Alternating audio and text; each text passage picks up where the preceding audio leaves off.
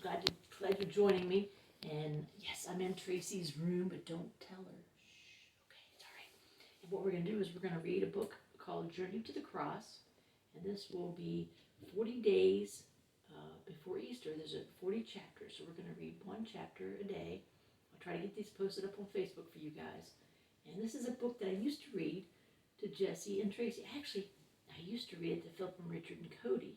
I don't know if Cody remembers me reading this to him. You'll have to ask him. But I believe my mom, your great grandma Alice, gave this book to me. And anyway, so now we get to read it to you guys. And this will, like I said, this will be up, and this will take us up to Easter. And there is an introduction in here, and I real quickly would like. Okay, so this book, of course, is talking about Christ, who would have been walking the earth about a little, just touch over 2,000 years ago. And at that time, the Roman Empire was controlling all of this area. Now this, what is this? This is a map of like the Middle East, and if this were a globe, we would be living on the other side. And this is important because right up and through here is where Israel was, God's people. And then this little tiny dot is kind of representing about a place where Jerusalem is, and Jerusalem is about 7,000 miles if you would take a straight line from us to Jerusalem, fly like a straight line like a bird. And this is where Jesus is walking and chatting with everyone in Jerusalem. And again, all this red indicated area is areas that are ruled by the Roman Empire. Here's a picture of a soldier. Very, I want to say the word mean, very mean people. And we'll read a little bit more about them, and you'll see what's going on.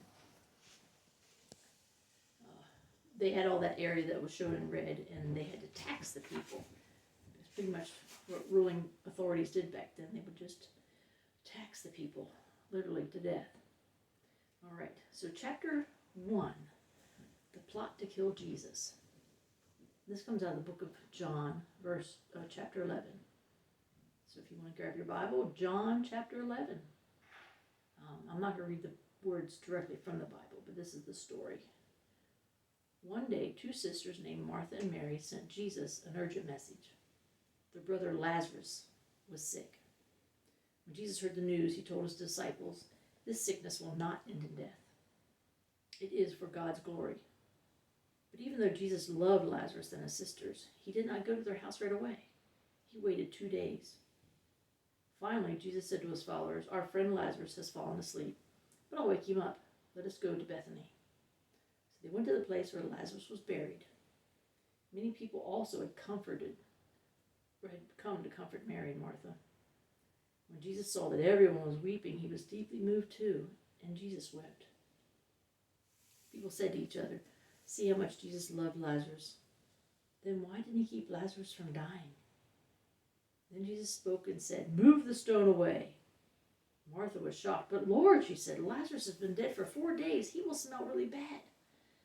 "If you believe," Jesus said, "you will see God's glory." Many people pushed and shoved the heavy stone. Finally, it moved away from the opening. Jesus stood near the doorway of the tomb and cried in a loud voice, "Lazarus, come out."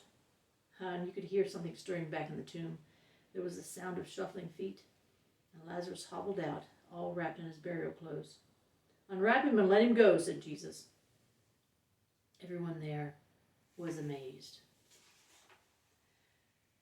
When the jealous priests and Pharisees, those were the religious people of the day from the Jewish Israel religion, they lived in Jerusalem and they heard the news about Jesus raising Lazarus from the dead. They were upset and angry. They didn't want Jesus getting all the attention, so they wanted to arrest Jesus. So they gave orders that if anyone knew where Jesus was, they were supposed to tell. "Let's stop these miracles," they said. "More people are following Jesus every day. If he leads them in a fight against the Romans, we'll be in trouble. The Roman army will be sent to stop them, and who knows, maybe they'll even destroy our temple. Maybe our whole nation. It's better to kill Jesus than let our whole nation be destroyed." So from that day on, the leaders began to plot against Jesus. How can they get rid of him, they said. How can we get rid of Lazarus? People who go to see him end up believing in Jesus. They believe that he's the Messiah. Thank you guys for joining us, and we'll be with you tomorrow in chapter 2. Love you.